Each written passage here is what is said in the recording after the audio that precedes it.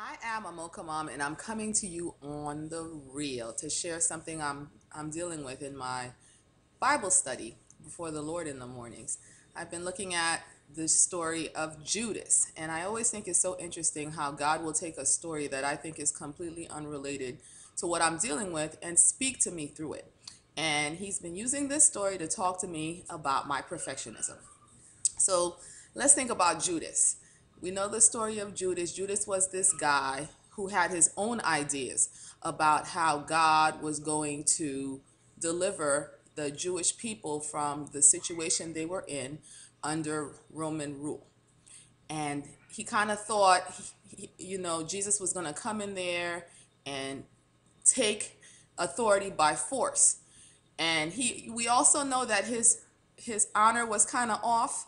He used to go into the money, the treasury, and he used to steal money. He kind of marched to the beat of his own drums. He kind of twisted things to make them work for him. So when he concocted his plot to betray Jesus, he thought that when they arrested Jesus, he would show his strength and then rise to power. But that's not what happened. And we read about, and I'm going to put all the scriptures because I could have read them to you, but I figure you can read them to yourself. I'm going to put all the scriptures I'm referring to here. It says that when they paid him for betraying Jesus, that's when he saw that Jesus wasn't going to fight them back, killed them, basically committed suicide. And there's a lot of speculation as to why he did it. I'm thinking he did it out of despair, that oh my God, what have I done, type of thing. And God is using this story to talk to me about my perfectionism. Judas could have responded a number of different ways when he realized that his plan didn't work.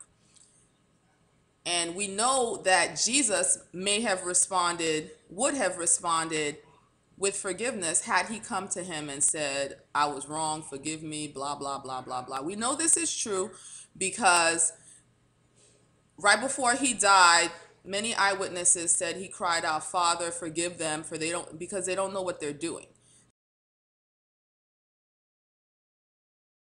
So even the ones who crucified him, he was willing to forgive. So I think he would have forgiven Judas.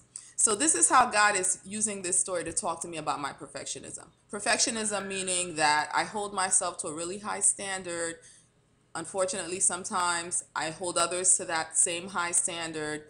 And in a way, it's good because if you give me something to do, I'll do my best at it. But in a way, it's bad because when I make mistakes, I come down the hardest on myself. And so he's using this story to show me that sometimes, you know, the way we beat ourselves up when we mess up, the way I beat myself up when I mess up, I could make a different choice. Judas chose to end his life. He could have just asked for forgiveness.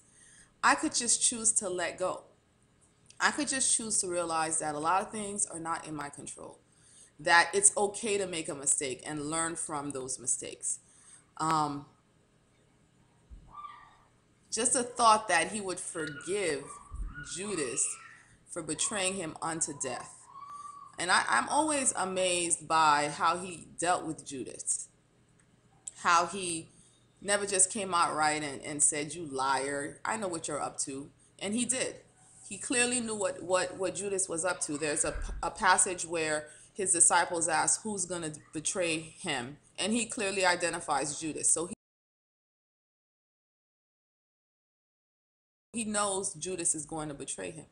Yet it's always God's heart to embrace us when we're at our blackest.